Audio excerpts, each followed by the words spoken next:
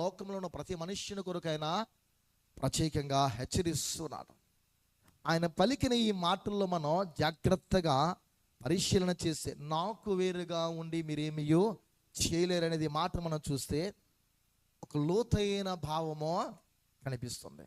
చాలా పర్యాలు మనం చదివింది, చాలా సందర్భాల్లో మనం విన్నటువంటి మాటలే.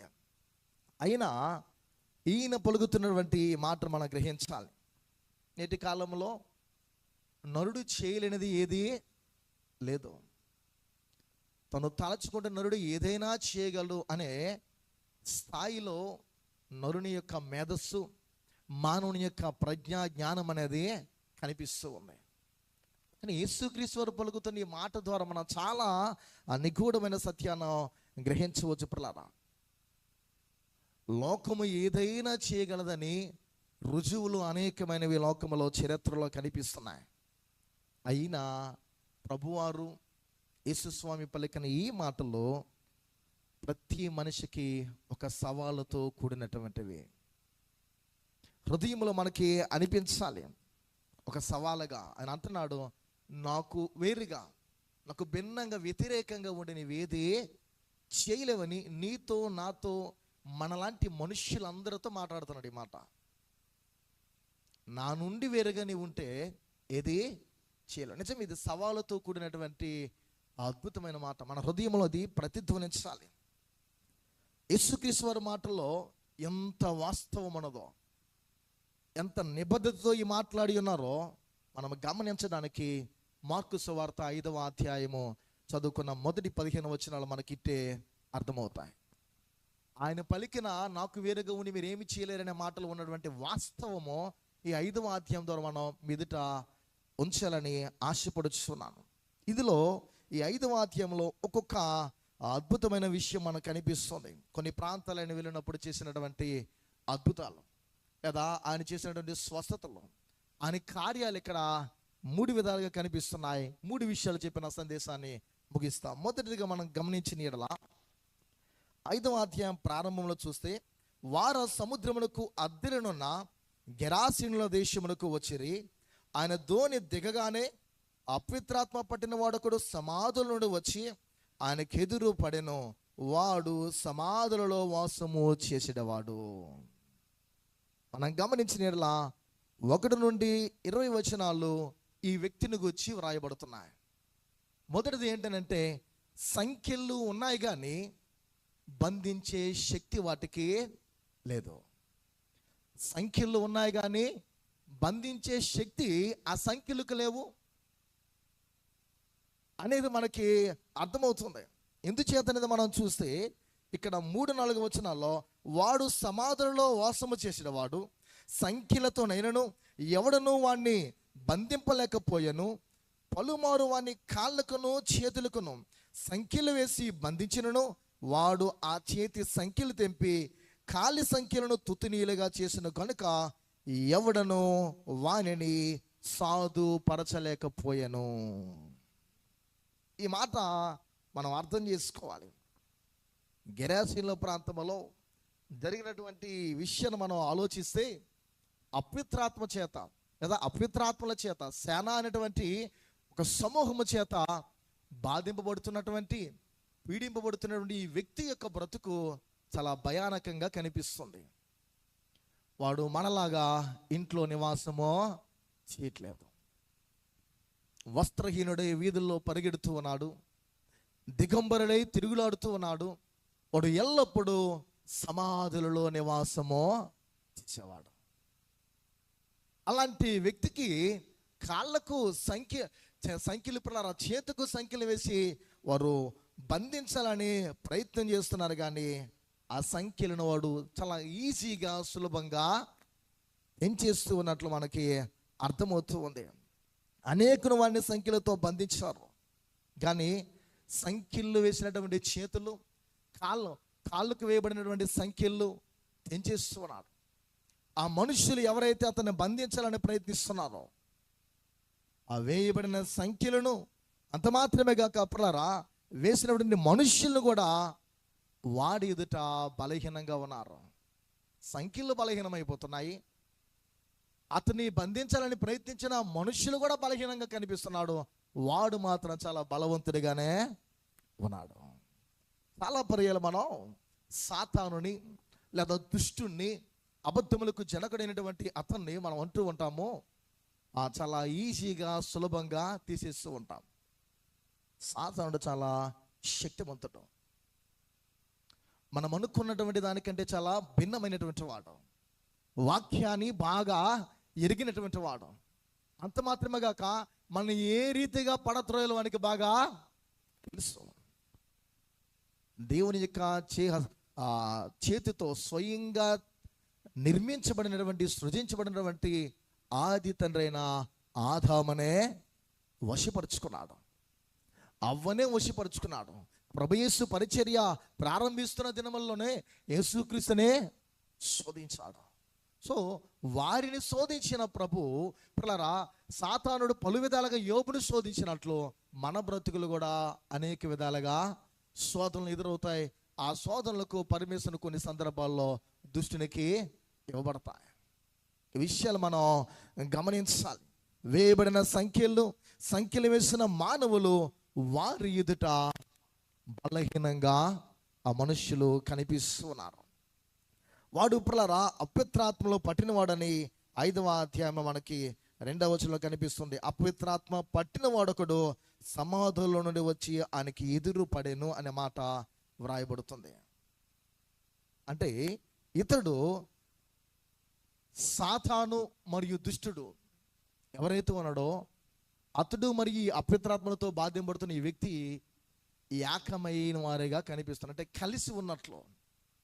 అంటే ఈ శానా అనే దయ్యములతో పీడింపబడుతున్నటువంటి ఈ వ్యక్తి, అపవిత్రాత్మలతో బాధింపబడుతున్న ఈ వ్యక్తితో అతని జీవితాన్ని క్షుణ్ణంగా మనం ఒకసారి పరిశీలన చేస్తే వాడు సాతానుడు ఏకమై ఉన్నారు.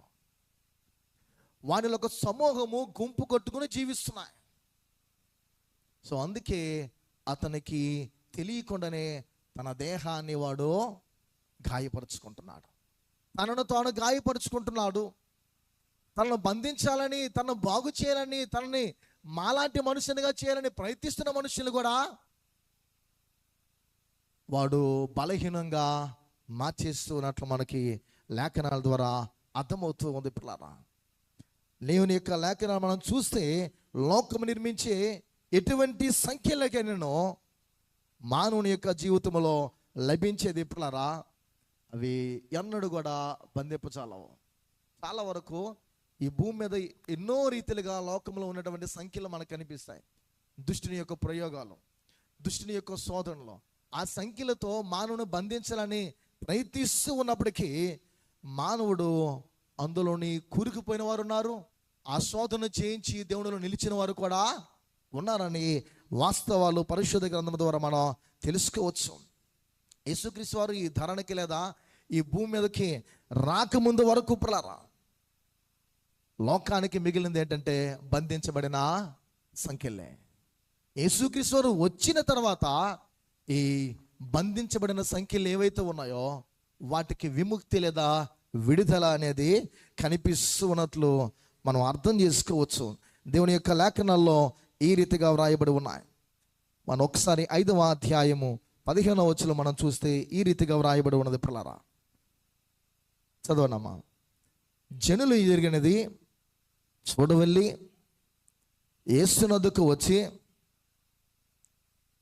శానాను దెయ్యములు పెట్టిన వాడు బట్టలు ధరించుకొని స్వస్థచిత్తుడై కూర్చుని ఉన్నట్టు చూచి భయపడిరి. పిల్లలు ఇక్కడ మనం గమనించాలి, వాని జీవితంలో అపవిత్రాత్మల చేత బాధింపబడుతున్న ఈ వ్యక్తి జీవితంలోకి యేసుక్రీస్తు వారు ప్రవేశించిన తర్వాత జరిగిన కార్యము వ్రాయబడి ఉన్నది. వాడు స్వస్థచిత్తుడై కూర్చున్నాడు చూచి అనేకులు భయపడుతున్నారు. ఎందుచేత అనేది మనం ఇక్కడ అర్థం చేసుకోవచ్చు. యేసుక్రీస్తు చెంత ఉన్నవి ప్రేమ సంఖ్యల్లో. ఏ సంఖ్యల్లో? ప్రేమ సంఖ్యల్లో. సాతాను యొక్క సంఖ్యలు, వాని యొక్క బంధాలు కూడా ఉన్నాయి. వాని సంఖ్యలకు యేసుక్రీస్తు చెంత ఉన్నటువంటి ఆ సంఖ్యలకు చాలా తేడా ఉంది. ఈ విషయాన్ని మనం గమనించాలి.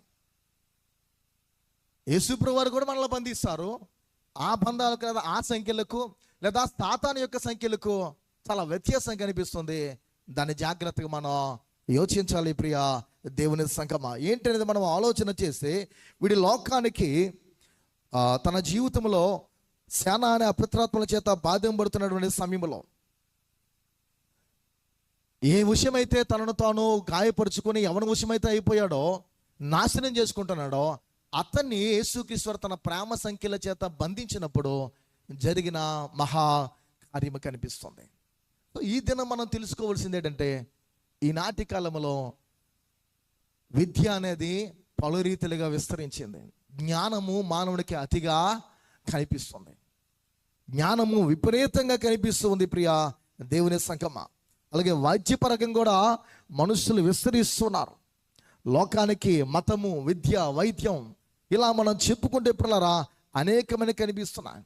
ఎన్నో ఆయుధ సామాగ్రి, ఎన్నెన్నో ఆయుధాలు నరుని జీవితంలో కండ్లతో చూస్తున్నాడు, ఉపయోగిస్తున్నాడు. కానీ ఇలాంటి వాడి చేత తనను తాను బంధించుకుంటున్నాడు.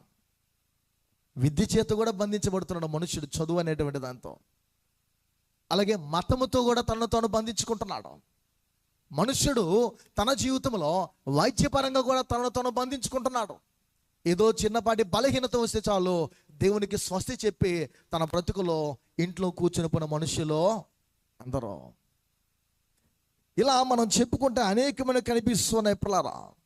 మానవుడు పాపము చేయకుండా, తనను తాను గాయపరచుకోకుండా ఉండలేకపోతుంది. ఇవేవి తనను ఆపలేకపోతున్నాయి. జ్ఞానము కానీ, మతము కానీ, వైద్యము కానీ ఏదైనా సరే మనం చూస్తే ఇవేవి ఒక మనుష్యుడు తనను తాను బాధించుకోకుండా, ఒక నరుడు తనను తాను గాయపరచకుండా ఇవి ఆపలేకపోతున్నాయి. ఇవి తనను తాను బంధించలేకపోతున్నాయి. ఆ వ్యక్తి ఏ రీతిగా ఆ దినమందు గాయపరుచుకున్నాడో, నేటి కాలంలో ఈ భూమి మీద ప్రాణముతో చలిస్తున్న మనము అనేకులము ఇప్పటికీ బంధింపబడుతూ ఉన్నాము. మనల్ని మనము గాయపరుచుకోకుండా ఉండలేకపోతున్నాం. ఎరిగి గాయపరుచుకుంటున్నాం, తెలిసి గాయపరుచుకుంటున్నాము. చాలామంది తెలియక చేస్తామని అంటూ ఉంటాం, కానీ నిజానికి వాస్తవం ఏంటంటే తెలిసే మనల్ని మనము గాయపరచం. అది ఏ విధంగానే సరే పాపము చేయకుండా, తనను తాను గాయపరచుకోకుండా నరుడు ఉండలేకపోతున్నాడు అనే విషయాన్ని మనం గమనించాలి. పిల్లరా, మానవుడు తన జీవితంలో వాక్యానికి పెద్ద ప్రాధాన్యతనివ్వడానికి ఇష్టపడట్లేదు. ఎందుచేతనంటే మనుష్యులు పై విషయాలకు ఆకర్షింపబడినటువంటి దినాల్లో మనం ఉన్నాం. భూతభక్తిని కొనసాగించేవారు పిల్లరా నేటి కాలంలో ఎక్కువైపోతున్నా.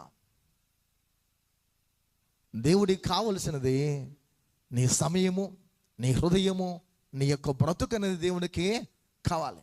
నీ బ్రతుకు నేర్పించకుండా, నీ జీవితానికి దేవునికి సమర్పించకుండా, నీవు ఎంత విద్య నేర్చుకున్నా, నువ్వు ఎంత వాక్యాన్ని నేర్చుకున్నా, ఎంత నీ జీవితంలో దేవుని ఎల్ల భయభక్తులు కలిగి జీవిస్తానని నీవు చెప్పుకున్నా, దేవునిలో నిలువ లేకపోతే, నీ బ్రతుకును నీవు కొనసాగించకపోతే, అంటే ఒక మాటలో చెప్పాలంటే దేవుని యొక్క ప్రేమ సంఖ్యలకు నీవు బంధింపబడిన వానిగా ఉండలేకపోతే నువ్వు భయంకరమైన పరిస్థితుల్లోకి జారిపోతావు.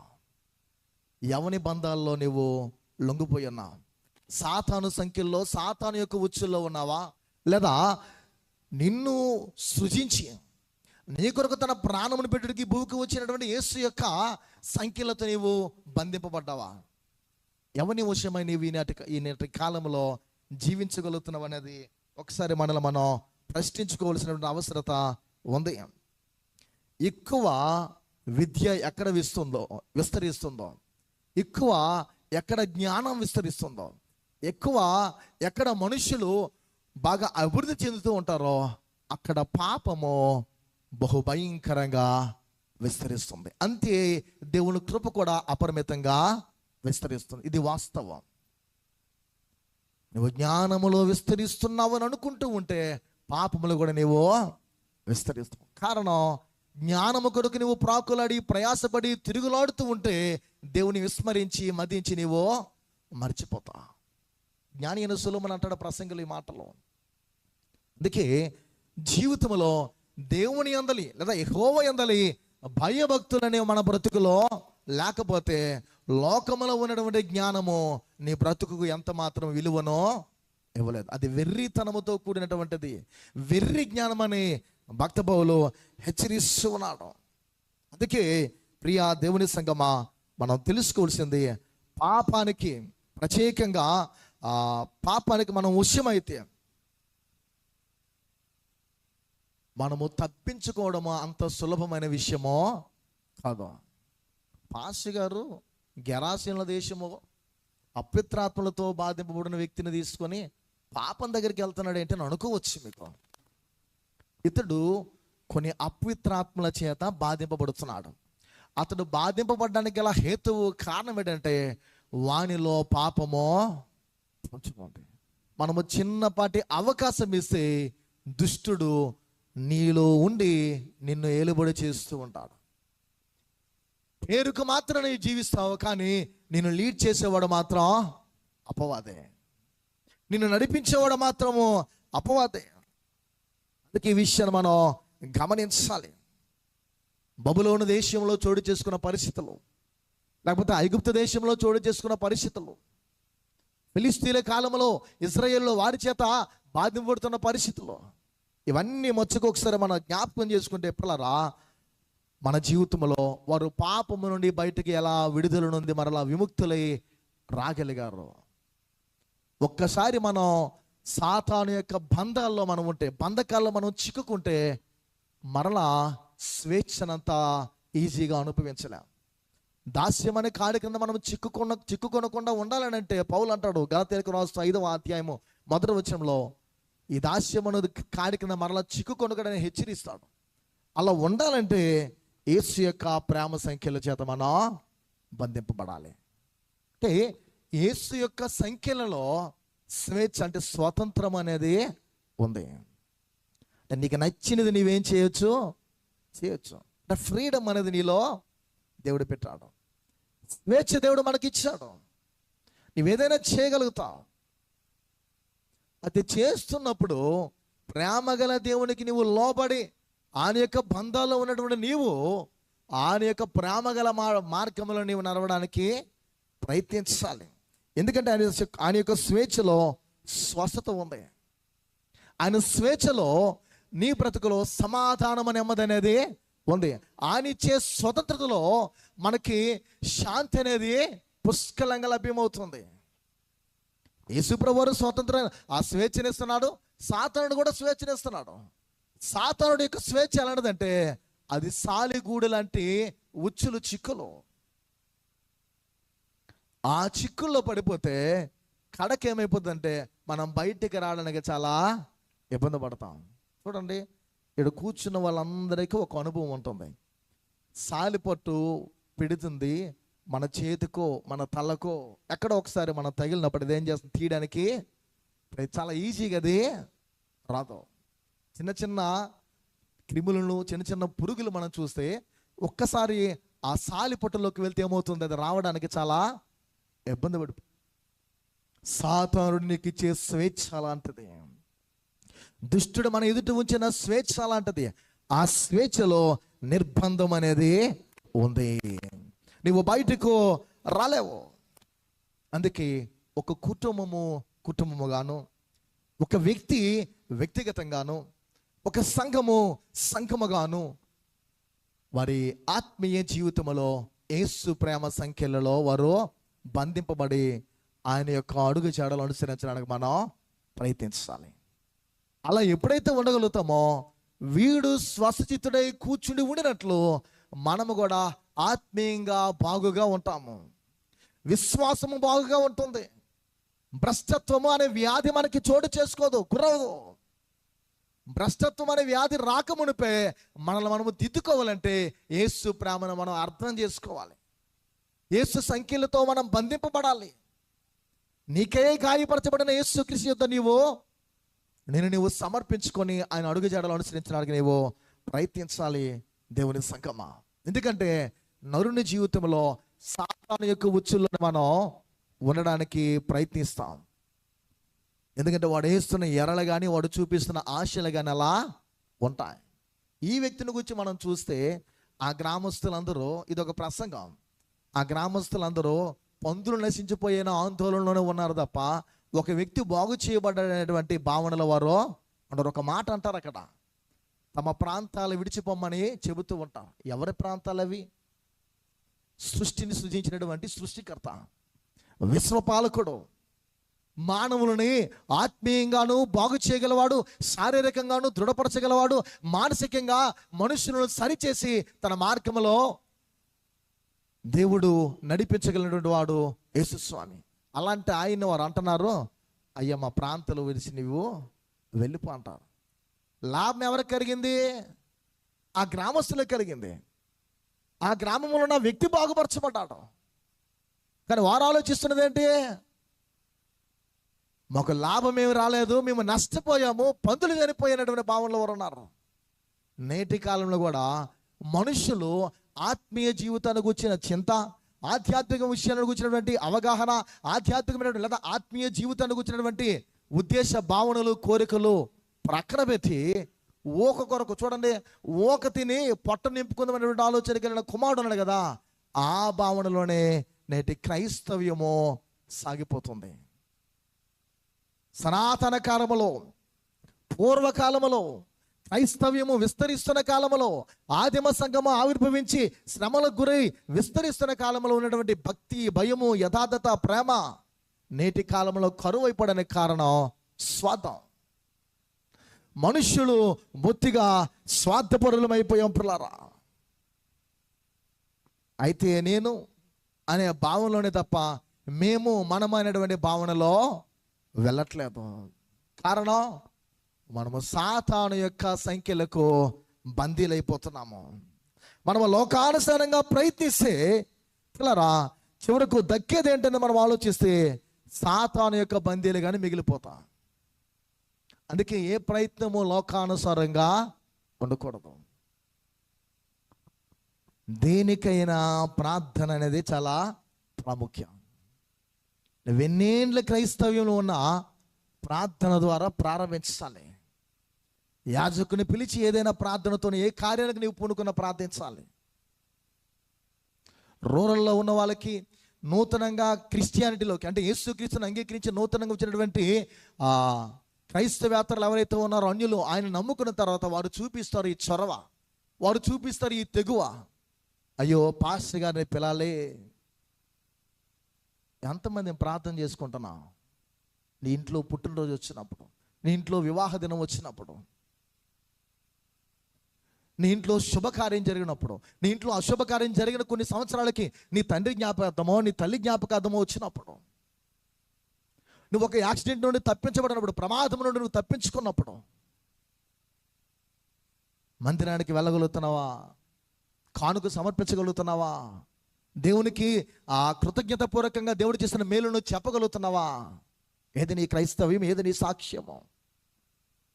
సాక్ష్యం అంటే దేవుడు అక్కడి నుండి కాపాడు, చీమ కొట్టుకున్నాను తప్పించిన ఇది కాదు. సాక్ష్యం అంటే నీ ఇంటిలోను, సమాజంలోను, దేవుని దృష్టిలోను నీవు ఆయనకి ఇష్టడిగా ఉండాలి. ఈ సాక్ష్యాన్ని మనం కలిగిన వారికి ఉండాలి. బైబిల్లో అతి తక్కువగా అరుదుగా ఉండే వ్యక్తులు కనిపిస్తారు. వేళ్ల మీద లెక్కించి వాళ్ళు చెప్పవచ్చు పేర్లతో సహా. ఒక యెహోనాదాబును గురించి కానీ, లేకపోతే ప్రియాదేవుని యోబును గురించి కానీ, ఇలాంటి వ్యక్తులు కనిపిస్తూ ఉంటారు రేరుగా. మానవులు మనం బలహీనలము, కానీ మన సంఖ్యలు పిల్లరా ఎవరి చేత వేయించబడుతున్నాం అనేది చాలా కీలకం. గెరాసీనుల ప్రాంతాలకి యేసుక్రీస్తు వారు దోణి దిగి వస్తున్నసరికి ఆ బాధింపబడుతున్నటువంటి వ్యక్తి యొక్క లోపల నివాసం చేస్తున్నవి పలుకుతున్న మాటలు మనకు కనిపిస్తాయి. అవి గుర్తిస్తాయి, మనకు సువార్తలు కనిపిస్తాయి. ఒక అపవిత్రాత్మ, ఒక దయ్యము గుర్తించగలుగుతున్నప్పుడు, దుష్టుడు గుర్తించగలుగుతున్నప్పుడు మనం ఎందుకు గుర్తించలేకపోతున్నాము? ప్రియా దేవుని బిడ్డలారా, యేసు సంఖ్యలలో బంధింపబడితే స్వతంత్రత లేదా స్వేచ్ఛ లోపలరా అద్భుతమైనటువంటి హాయి అనేది, తీదనం అనేది వస్తుంది. అది అనుభవించడానికి మనం ప్రయత్నించాలి. సాతాను ఇచ్చే స్వేచ్ఛలో, ఆ స్వతంత్రతలో శిక్ష అనేది ఉంది, నరక యాతన అనేది ఉంది.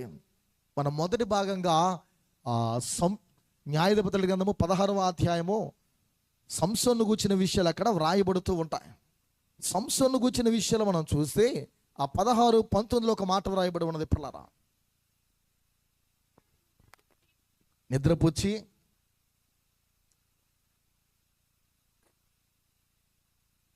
చేయించి బాధించదుకు మొదలుపెట్టను. చాలమ్మా. ఆమె తన తొడ మీద అతని నిద్రపుచ్చి, ఎవరిమే? దిలీలా. దిలీలా బలవంతుడైనటువంటి సంసోను. ఈ భూగర్భం మీద, ఈ భూవలయంలోనే జీవించినటువంటి మనుష్యులందరిలో బలాఢ్యుడు. అలాంటి బలాఢ్యుడు పుట్టనేరడని దేవుడే చెప్పాడు. అలాంటి బలము కలిగిన వ్యక్తి దిలీల యొక్క తొడ మీద ఏం చేస్తాడంట? నిద్రపుచ్చింది. ఒక మనుష్యుని పిలిపించి వాని చేత అతని తల మీద 7 జడలు క్షౌరము చేయించి అతను బంధించుటకు లేదా బాధించుటకు మొదలుపెట్టను. అప్పుడు అతనిలో నుండి యెహోవా బలము తొలగిపోయింది. లేరా, దిలీలా ఇచ్చే స్వేచ్ఛలో, స్వతంత్రతలో నిర్బంధించబడినటువంటి సంసోను ఇక్కడ కనిపిస్తున్నాడు. అప్పటికది అతనికి తీయగా, ఆనందంగా, క్షణికపాటి సంతోషంగా ఉంది. కానీ నిర్బంధించబడ్డాడు. ప్రత్యేకమైనటువంటి బలాన్ని పొందుకున్న సంసోను తన బలాన్ని కోల్పోయాడు. నువ్వు దేని చేత బంధించబడుతున్నా? ఒక వాక్యాన్ని ఏ భావనతో నువ్వు వినగలుగుతున్నావు? ఒక వాక్యాన్ని ఏ విధంగా నీవు ఆలోచన కలిగి ఉంటున్నావు? ప్రియా దేవుని సంగమా, ఈ విషయాలు మనకు అర్థం అవ్వాలంటే నిరంతరం బైబిల్ మనం చదవాలి. ఒక మాట చెప్తున్నాను, బైబిల్ మనం చదవకపోతే లోతైన విషయాలు మనకి ఎప్పటికీ అర్థం కావు. బైబిల్ మనం అనునిత్యము ధ్యానించాలి. నీ ఇన్నేళ్ళ క్రైస్తవ్యం నువ్వు బైబిల్ చదవకుండా, ధ్యానించకుండా నువ్వు ఉంటే నేటికి ఈనాటి 2025వ సంవత్సర కాలమానంలో కూడా నువ్వేవేవో కథల రూపంగా నువ్వు వినే స్థాయిలో నువ్వు ఉంటే కష్టమే. మన ఆత్మీయ జీవితము మర్మాలను గ్రహించే స్థాయిలోకి వెళ్ళాలి. అలా మనం బోధించే స్థాయిలోకి వెళ్ళాలి. పిల్లరా, సాతానుడిచ్చే స్వేచ్ఛలు ఏముంది? నిర్బంధము ఉంది. యేసు ప్రభువు కలుగు చేసిన సంఖ్యలో ఏముంది? ఆ స్వతంత్రత అనేది, మనకి శాంతి అనేది, నెమ్మది అనేది, ఆరోగ్యం అనేది, అంటే శారీరక, మానసిక, ఆత్మ సంబంధమైన ఆరోగ్యం అనేది ఉంది. అందుకని జరిగినది ఏంటంటే, మొదటిది సంఖ్యలు ఉన్నాయి కానీ బంధించే శక్తి లేదు. యేసుక్రీస్తు వారు ఈ భూమి మీదకు వచ్చేంత వరకు మనుష్యుని బంధించేవాడు ఆయన మాత్రమే బంధించాడు. సాతాను యొక్క బంధంలోకి వెళ్ళిపోయి, ఆ బంధకాల్లోకి వెళ్ళిపోయి మనుష్యులందరూ నశించిపోయారు. రెండవదిగా మనం గమనించినలా, ఇదే మార్కు సువార్త 5వ అధ్యాయము మనం గమనించినలా మరో విషయము కనిపిస్తుంది. పిల్లరా, 34వ వచనం చదువుకుందాం. అందుకు ఆయన, కుమారి, నీ విశ్వాసం నిన్ను స్వస్థపరచను, సమాధానము గల దానవై పొమ్ము. పిల్లరా, 12 సంవత్సరాల నుండి, 12 ఏండ్ల నుండి రక్తస్రావంతో బాధింపబడుతున్న స్త్రీ, నాకు వేరుగా ఉండి మీరేమయ్యో చేయలేరు. ఆయనకు వేరుగా ఉంటే ఎప్పటికీ సాతాను బంధకాలే. ఆయనలో ఉంటే ఆయన బంధకాల్లో ఫలింపు, ఆనందము, సంతోషం ఉంటుందని మొదటి విషయం ద్వారా నేర్చుకోవచ్చు. రెండవ చూస్తే వైద్యులు ఉన్నారు కానీ పిల్లరా స్వస్థత లేదు. ఎవరున్నారు? డాక్టర్స్ ఉన్నారు కానీ స్వస్థత లేదు. ఈ విషయం మనందరికీ బాగా అనుభవపూర్వకంగా చాలా పర్యాలు ఇవి ఎదుర్కొని ఉంటాం. 12 సంవత్సరాలుగా రక్తస్రావంతో బంధింపబడుతున్నటువంటి ఈ స్త్రీ, ఆ బాధను అనుభవిస్తున్న ఈ స్త్రీ తన జీవితంలో తన దాచుకున్న ఆ బాధ ఎవరికి చెప్పలేకపోతుంది. లేఖనాల్లో మనం చదివితే ఆమెను గూర్చిన విషయాలు రాయబడుతూ ఉన్నాయి. పిల్లరా, 12 ఏళ్ళ నుండి రక్తస్రావ రోగము కలిగి యొక్క స్త్రీ ఉండెను. 25వ వచనం, ఆమె అనేక వైద్యుల చెంతకు ఎన్నో తిప్పలు పడి తనకు కలిగినదంతయు వ్యయము చేసుకొని ఎంత మాత్రమును ప్రయోజనము లేక మరింత సంకటపడెను. అనేక మంది వైద్యులను ఆశ్రయించింది, ఎంతోమంది వైద్యుల చెంతకు వెళ్ళింది, కానీ స్వస్థత చేకూరలేదు, స్వస్థత రాలేదు. సరికదా, మరింత బాధ అనేది, అస్వస్థత అనేది ఎక్కువైపోయింది. రోగము తగ్గుతుంది, బలహీనత తగ్గుతుందని వైద్యుల దగ్గరికి వెళ్ళి తిరుగుతూ ఉంది, కానీ రోగం ఎక్కువైపోతుంది, కానీ బాగు మాత్రం తన బ్రతుకులోకి రావట్లేదు, స్వస్థత రావట్లేదు. ఇలా మరి యేసుక్రీస్తు వారికి వచ్చి ఎవరో చెప్పారో ఏమో, ఆమె బ్రతుకులో ఒక ఆలోచనకు వచ్చింది. ఇక్కడ మనం ఓ విషయాన్ని గమనించాలి. ఇలా అంతరంగంలో కృషించబోతున్నటువంటి ఆత్మలు ఎన్నో ఉన్నాయి పిల్లరా. అంతరంగంలో కృషించిపోతున్నటువంటి ఆత్మలో, ఆత్మీయ జీవితంలో స్వస్థత లేక, ఆత్మీయ బ్రతుకు బాగులేక, ఆత్మీయ జీవితం అనేది సరిగా లేక, ఆత్మలో కృంగిపోయిన వారు లోకములో ఖగోళాలుగా ఉన్నారు. పైకి మాత్రం బాగా కనిపిస్తాము, కానీ దేహ దారుఢ్యాన్ని కలిగి ఆరోగ్యవంతులుగా ఉండి బలవంతులుగా ఉండి, ఆమెకేంటి చాలా బాగుంది, ఇతగాడికేంటి చక్కగా ఉన్నాడు అనేది కనిపిస్తాం, కానీ ఆత్మీయ జీవితం మాత్రం లోపల ఆత్మీయంగా మనం కృంగిపోతూ ఉంటున్నాం. కారణం, మన జీవితంలో ఆత్మ సంబంధమైన రోగముతో బాధింపబడుతున్నాం. ఈవిడికి దేహ సంబంధమైన, శరీర సంబంధమైన ఒక వ్యాధి వచ్చింది, రక్తస్రావం.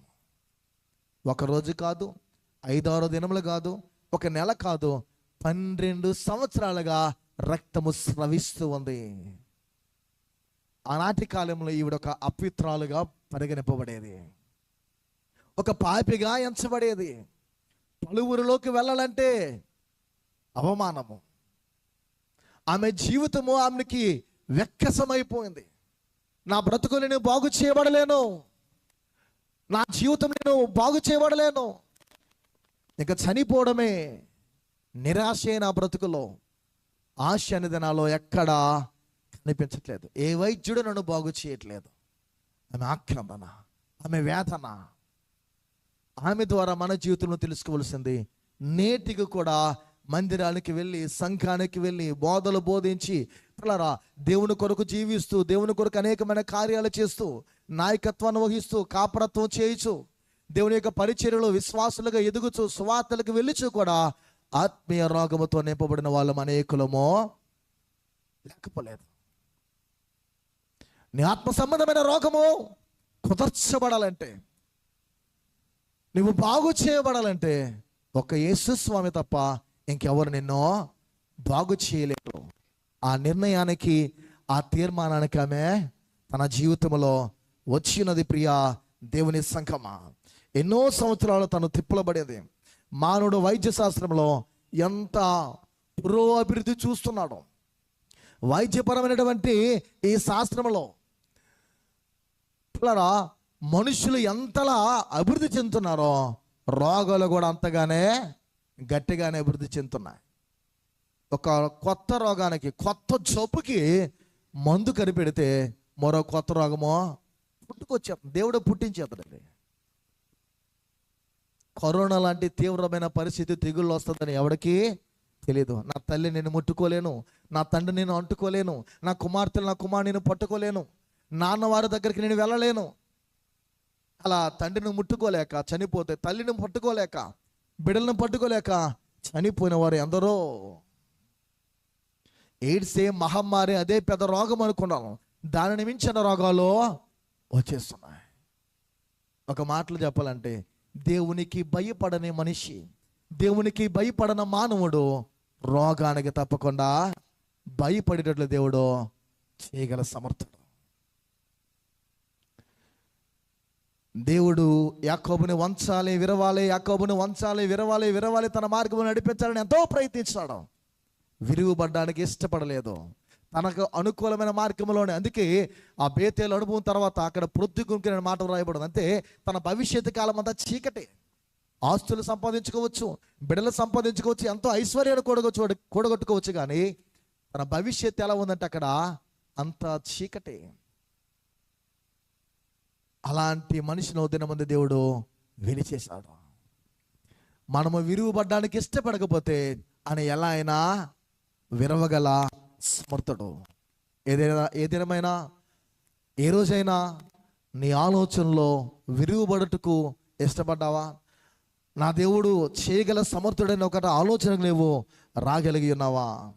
మానవులని బలహీనతలనేవి, రోగాలనేవి భయపెడుతూ ఉన్నాయి. ఎందుకంటే వ్యాధులు అనేకమైన వస్తూ ఉన్నాయి. ఒక రోగాన్ని స్వస్థపరిస్తే మరో రోగమో వస్తుంది. మన శరీరంలో కూడా చిన్నపాటి వ్యాధి వస్తుంది. దాన్ని తగ్గించుకుంటే, నయం చేసుకుంటే, ఏదో మెడిసిన్ వాడి ఇంకో రోగమో వచ్చేస్తుంది. ఎందుకు ఇవన్నీ వస్తున్నాయి? నేను స్వస్థపరచు యెహోవాను అనే మాటను మనం గమనిస్తే దానిలో ఉన్న ఆ పారమార్థిక సత్యం లేదా ఆత్మ సంబంధమైన సత్యం ఏంటంటే, ప్రమాదాలకు ప్రకృతి వైపరీత్యాలకు, శరీర సంబంధమైన వ్యాధులకు, బలహీనతలకు దేవుని యొక్క పరిపూర్ణమైన ఈ సృష్టిలో తావు అన్నది, అవకాశం అన్నది, దారి అన్నది లేదు. మరి ఎందుకు వచ్చాయి? మానవుడు పాప ఫలితంగా ఈ భూమి మీదకి అవే వచ్చాయి. రోగము నీ పాపం మూలంగా, నా పాపం మూలంగా రావచ్చు. బలహీనత దేవుని మహిమ కొరకు రావచ్చు. బలహీనత నిన్ను సాక్షిగా నిలబెట్టడానికి రావచ్చు అని పంపించవచ్చు. పదే పదే ప్రార్థిస్తాడు పౌలు తనకున్న బలహీనత బట్టి, కానీ దేవుడు దాన్ని తీయడు. అందుకే నా బలహీనత యందు నీ కృప చాలునని మాటలు మనకు కనిపిస్తుంది. నా కృప నీకు చాలునని దేవుడు నేరుగా పౌలుతో చెప్పే మాటలు మనకు కనిపిస్తుంది. అందుకే పౌలు అంటాడు, నేను ఎప్పుడు బలహీనప్పుడే బలవంతుడునని తెలియజేస్తున్నాడు. ప్రియ దేవుని సంగమా, ఆత్మీయ జీవితంలో మనం ఎలా ఉన్నాం? ఇర్మియా గ్రంథంలో వ్రాయబడుతున్న మాట 8:22 చూస్తే, గిలాదులో గుగిలమో లేదా, అక్కడ ఏ వైద్యుడునో లేడా అనే మాటలు కనిపిస్తాయి. బలహీనతలతో, రోగాలతో బాధింపడుతున్న మానవుల్లో గిలాదులో గుగ్గిలము లేదా, అక్కడ ఏ వైద్యుడునో లేడా. 12 ఏళ్ళ నుండి బాధింపడుతున్న ఆమె యొక్క జీవితంలో ఏ వైద్యుడు ఆమెను స్వస్థపరచలేకపోయాడు. కానీ అద్భుతం ఏంటంటే, యేసుక్రీస్తు వస్త్రపు చెంగునామే ముట్టగా జరిగిన కార్యము. ప్రియ దేవుని బిడ్డలారా, ఆ స్త్రీకున్న రక్తస్రావము కట్టబడింది. ఏ డాక్టర్ దగ్గరికి వెళ్ళా రక్తస్రావము కట్టబడలేదు, నివారింపబడలేదు. నీ జీవితంలో కూడా నీ శరీరానికి కావలసినటువంటి ఆ బలహీనతకు సంబంధించిన ఏ డాక్టర్ దగ్గరికి వెళ్ళి నువ్వు మెడిసిన్ తీసుకోవచ్చు, కానీ ఆత్మ సంబంధమైన రోగం ఉంటే నిన్నెవడో బాగు చేయలేడు. 2:22 ఇర్మియా అంటాడు, భ్రష్టులైన అవిశ్వాసులారా నా యుద్ధకు రండి, నేను విశ్వాసమును బాగు చేతనంటాడు. మన విశ్వాసాన్ని బాగు చేయవాడు, ఆయన పట్ల ఉన్నటువంటి అవగాహనను, అభిప్రాయాలని, నమ్మకత్వాన్ని బాగు చేయగలవాడు ఆయనే. ఆయన కొరకు కోరికలు పుట్టించేవాడు కూడా పరిశుద్ధాత్ముడే. అందుకే దేవుని వాక్యము హెచ్చరిస్తూ ఉన్నది. ప్రియా దేవుని సంగమా, ఈ విషయంలో మనం ఆలోచించాలి. 5వ అధ్యాయం మనం చూస్తే 28, 29 వచనాల్లో ఎలా వ్రాయబడి ఉన్నది పిల్లరా. విని ముట్టినా బాగుపడదని అనుకొని జనసమూహములని వెనుకకు వచ్చి వస్త్రము ముట్టెను. వెంటనే రక్తధార కట్టిన కనుక తన శరీరంలోని ఆ బాధ నివారణ అయినదని గ్రహించుకొనెను. పిల్లరా, సృష్టికర్తకు వేరుగా ఈ సృష్టము ఏది చేయలేదు. సృష్టికర్తకు వేరుగా సృష్టి అనేది ఏది చేయలేదు. ఇంకా బిబిలికల్ లాంగ్వేజ్లో మాట్లాడాలంటే దివికి వేరుగా భువి మనలేదు. పైన ఉన్నటువంటి ఆయనకి వేరుగా ఉండి ఈ లోకంలో ఏది చేయలేం. చేస్తాం అనుకుంటాం అంతే, కానీ ఏది మసలడం కానీ ఇట్లా జరగదు. ఆయన సెలవు చొప్పునే ప్రతిదీ జరుగుతుందని మన జీవితంలో నమ్మకత్వానికి రావాలి. రక్తస్రావంతో బాధింపబడుతున్న స్త్రీకి నివారణ ఎలా వచ్చిందంటే, ఆయన వస్త్రపు చెంగును ముడితే చాలునే ఆశ, ఆకాంక్షములకు వచ్చిన కోరిక వచ్చింది. పిల్లరా, ఆయన ఆమెను స్వస్థపరిచాడు. వైద్యులు ఇచ్చేది పిల్లరా మానవుని జీవితంలో మెడిసిన్ మాత్రమే. సందర్భము కాదు, కానీ ఆయన ఒక మాట చెప్పాలనుకుంటున్నాను. కొన్ని మన క్రిస్టియానిటీలోనే, మన క్రైస్తవ్యంలోనే కొంతమంది చిత్రమైనటువంటి విశ్వాసం కలిగిన మనుష్యులు ఉంటారు. ఎలాంటి వారంటే, రోగం వచ్చిందండి అంటే మా పాస్టర్ గారు మందులు వేసుకోవద్దు అన్నారని అంటారు. ఏం వేసుకోవద్దు అన్నారట? మందులు, మెడిసిన్. యూట్యూబ్లో కూడా చాలా వస్తున్నాయి ఈ దినాల్లో. మెడిసిన్ వేసుకుంటే మా చర్చికి రాకండి అనే వాళ్ళు ఉన్నారు. సృష్టిని ఎవరు సృజించారు? దేవుడు.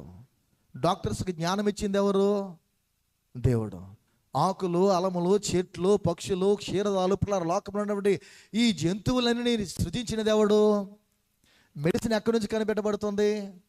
మానవునికి జ్ఞానాన్ని దేవుడిస్తే లోకములో సృష్టి ఏదైతే ఉందో సృష్టిలో నుండి ఆయా మూలుగుల నుండి, ఆయా మొక్కల నుండి, ఆయా జంతువుల నుండి మందులు కనిపెట్టబడుతున్న ఔషధం అనేది. ఇప్పుడు మనం మందులు వాడొచ్చా, వాడకూడదా? వైద్యుడు, డాక్టర్ అనేవాడు మెడిసిన్ ఇస్తే కారించేవాడు మాత్రం, స్వస్థపరిచేవాడు మాత్రం దేవుడే. మనందరికీ చాలా అనుభవాలు. డాక్టర్ దగ్గరికి వెళ్ళిన తర్వాత కొంతమంది డాక్టర్స్ మనకున్న తీవ్రమైన పరిస్థితిని బట్టి ఏ దేవుడిని నమ్ముకుంటున్నావు కానీ ఆ దేవుడే నీ జీవితంలో ఈ కార్యాన్ని చేశాడంటారు. ఒక డాక్టర్ గారు తన హాస్పిటల్లో చిన్న బోర్డు ఇలా పెడతారు, మందు ఇచ్చేది మేము, బాగు చేసేది మాత్రం దేవుడే. ఎందుకు ఈ మాటలు చెప్తానంటే, లోకంలో ఉన్న వైద్యులే ఇలా ఉంటున్నప్పుడు సృష్టికర్త, పరమ వైద్యుడు, రూపించిన కుమారి పిల్లరా రోగాన్ని కొలువు చేసిన దేవుడు ఎలా బాగు చేయాలో, ఎలా వాడుకోవాలి ఆయనకి బాగా తెలుసు. నా తను అయిపోయింది, నా ఆయుష్కాలం అయిపోయింది అనుకున్నటువంటి సమయంలో హిజ్కియాకి దేవుడిచ్చిన ఆయుష్ మనకి తెలుసు. ఆయన ఎండిన సైన్యమును పిల్లరా, ఎండిన ఎముకల్లో నుండి కూడా మహాసైన్యాన్ని పుట్టించగలవాడు. అందుకే మనం తెలుసుకోవాల్సింది, ఈ స్త్రీ ద్వారా ఆత్మ సంబంధమైన రోగం ఉంటాయి. అదే యెషయా గ్రంథం 1వ అధ్యాయం 6వ వచనంలో రాయబడుతుంది పిల్లరా. యెషయా గ్రంథము 1వ అధ్యాయం 6వ వచనంలో ఇలా ఉన్నది, అర్రకాలు మొదలుకొని తల వరకు స్వస్థత కొంచెమైనను లేదు, ఎక్కడ చూసినను గాయములు, దెబ్బలు, పచ్చి పండ్లు, అవి పిండబడలేదు, కట్టబడలేదు, తైలముతో మెత్తన చేయబడలేదు. పిల్లలు ఈ విషయాన్ని మనం గమనించాలి. అవి పిండబడలేదు, కట్టబడలేదు, తైలముతో మెత్తను చేయబడలేదు. స్వస్థత లేదు. అరకాలు మొదలుకొని నడినెత్తి వరకు చూసిన పాప సంబంధమైన గాయాలు, ఆత్మ సంబంధమైన గడ్డలు, అవి పిండబడలేదు, మొత్తబడలేదు. పిల్లరా స్వస్థత అనేది లేదు. అందుకే మానవునికి కావలసినది ఆత్మ సంబంధమైన స్వస్థత. మనం ఆత్మీయంగా బాగుంటే, ఆత్మ సంబంధంగా మన జీవితాలు ఆరోగ్యకరంగా ఉంటే తప్పకుండా నీవు ఇతరులను బ్రతికించే క్రైస్తవునిగా ఉంటావు. ఇతరులను ప్రభువులో బలపరిచే క్రైస్తవుడిగా ఉండగలుగుతావు. అది మన జీవితంలో అవసరము. పిల్లరా దేవుని యొక్క లేఖనాల్లో ప్రత్యేకంగా ఈ విషయాలు మనకి కనిపిస్తున్నాయి.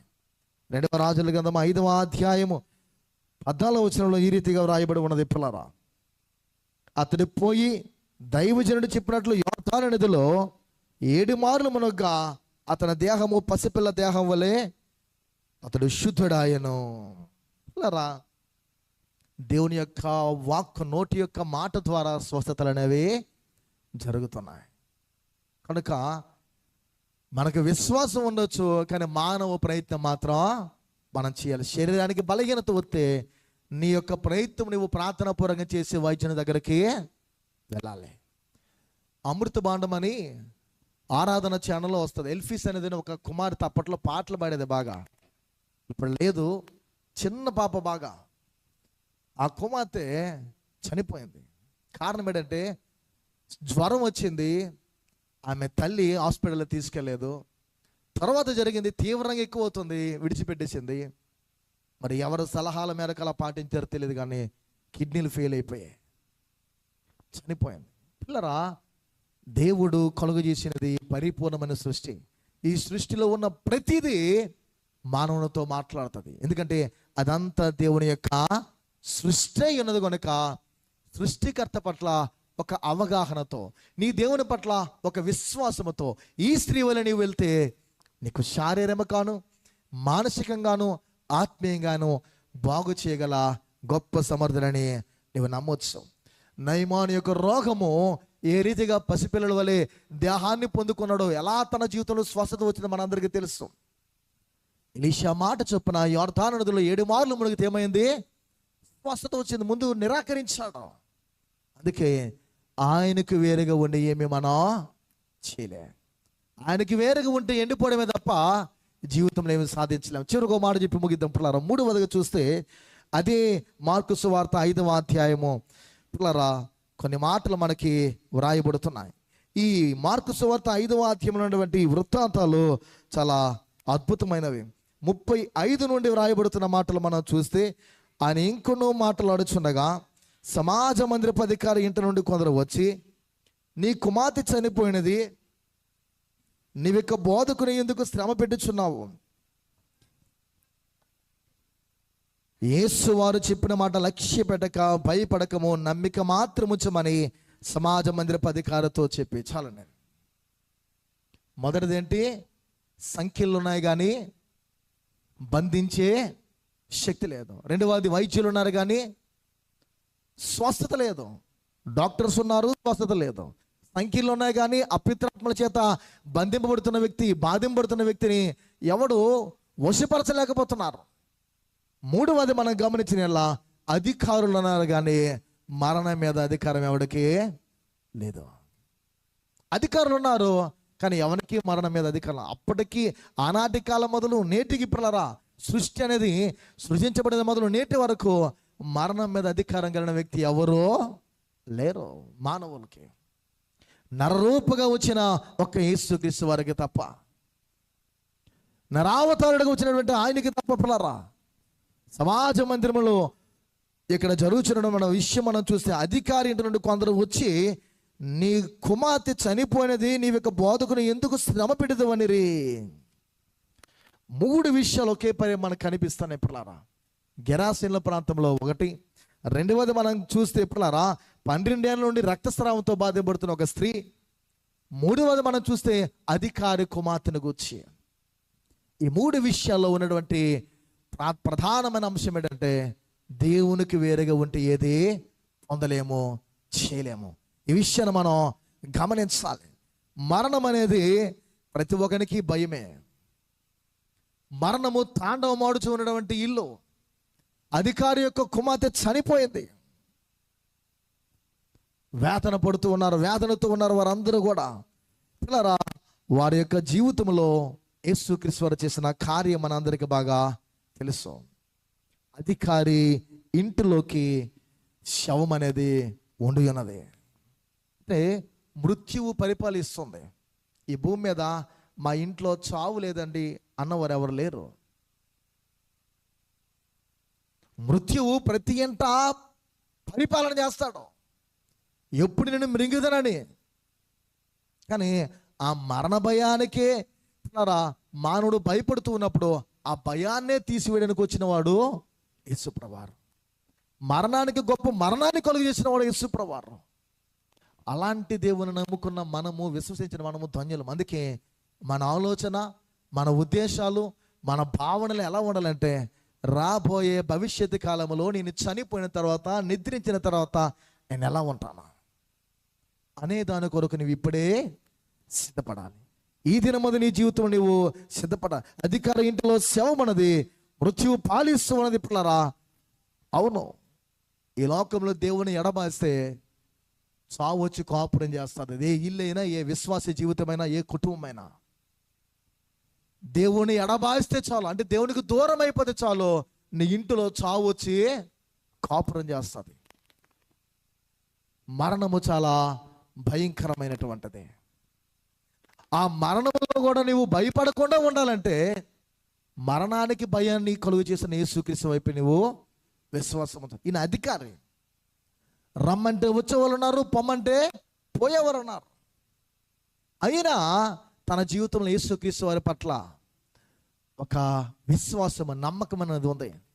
నమ్మిక గల హృదయం అనేది అతనిలో కనిపిస్తుంది. మన హృదయంలో ఆ నమ్మిక అనేది, విశ్వాసం అనేది పుట్టాలి పిల్లరా. దేవుని పరిపాలన అనేది అద్భుతమైనది. దేవుడు మనల్ని పాలిస్తే అది మరణమైన, ఉపద్రవమైన, కష్టమైన, బాధ అయినా పౌలు అన్నట్లు రోమిలకు రాసిన లేఖలో తెలియజేస్తున్నట్లు అది సంతోషకరంగానే, ఆనందకరంగానే ఉంటుంది. దేవుని పాలన ధిక్కరించి మన అరుగుజాడల్లో మనకు నచ్చిన మార్గం మనం విడిపోతే జీవితము పిల్లరా సస్యశ్యామలకు బదులు గాఢాంధకారం అనేది ఆవరిస్తుంది. నువ్వు ఆయన వెలుగులో ఉండాలనుకుంటున్నావా, కటిక చీకటి పోడిన గాఢాంధకారంలో ఉండాలనుకుంటున్నావో నీ జీవితంలో నీవే తీర్మానించుకోవాలి పిల్లరా. యేసుక్రీస్తు వారు ఆ చిన్నదాన్ని చేయి పట్టి లెమ్మని చెప్పగానే ఆ కార్యం మనకి 5:40 కనిపిస్తుంది పిల్లరా. వెంటనే జరిగిన కార్యము సజీవత్వాన్ని లేదా సజీవత్వం అనే ఆమె యొక్క బ్రతుకులో కుమార్తె పొందుకుంది. మృతును తినటువంటి బిడ్డ బ్రతికింది. చనిపోయిన వారు బ్రతకగలిగారు పిల్లరా. అందుకే నాకు వేరుగా ఉండి మీరేమియో చేయలేదు. ఆయన మాట అనడానికి గల కారణం ఏంటంటే, నేను మిమ్మల్ని సృష్టించాను, నేను మిమ్మల్ని పోషిస్తున్నాను, నేను మిమ్మల్ని నడిపిస్తున్నాను, పంపించిన వాడు నేను కనుక తిరిగి నా యొద్దకు మీరే రావాలి కనుక నాకు వేరుగా నువ్వు బ్రతుకుతానంటే, నాకు నచ్చినట్లు నీవు ఉంటానంటే నాకు వేరుగా నీ బ్రతుకు చాలా భయంకరమైన పరిస్థితిలోకి వెళ్ళిపోతుంది. అందుకే ఆలోచించు. సరైనటువంటి ఒక భావనతో, సరైనటువంటి ఒక ఉద్దేశానితో తీర్మానించుకో. నా మాట చొప్పున నీవు జీవిస్తే నిత్యత్వం అనబడిన పరలోకము నీకు, నీ బిడ్డలకు, నీ కుటుంబానికి వస్తుంది. అది మన జీవితంలో పొందుకోవాలంటే ప్రభువా నీవు చెప్పినట్లు చేస్తా, నీకు వేరుగా నేను ఉండను, నీతో అంటు కట్టబడి ఉంటా. వారి బలహీనతలో, వారి పరిస్థితులు భయానకంగా ఉన్నప్పుడు ఆ అపిత్రాత్మలు పట్టిన వాడిని ఏ రీతిగా బాగు చేసావో, 12 ఏళ్ల ప్రాయం నుండి బాధింపడుతున్నటువంటి ఆ రోగంతో బాధపడుతున్న ఆ స్త్రీ ఏ రీతిగా నీ పట్ల విశ్వాసం కలిగి ఉందో, అధికారి ఏ రీతిగా నీ పట్ల విశ్వాసం కలిగి ఉన్నాడో, వారి వంటి ఆలోచనలతో నిన్ను వెంబడిస్తాం, ఈ భూమి మీద నీకు సాక్షులుగా జీవిస్తాం. అలాంటి తీర్మానముతో మనందరము జీవించడానికి దేవదేవుడు పరిశుద్ధాత్మ ద్వారా తన సహాయతను మనందరికి చేకూర్చి ఆయన పరలోక రాజ్యము కొరకు ఈ భూమి మీద మనము జీవిస్తూ రాజ్య వ్యాప్తి కొరకు సాక్షులుగా ఉండడానికి ఆయన సహాయతను చేకూర్చాలని 2 తలలు ఉంచుదాం, ప్రార్థిద్దాం. దేవుడి కొద్ది మాటలు దీవించును గాక. ఆమేన్. ప్రార్థన చేద్దాం పిల్లారా. నిజమే.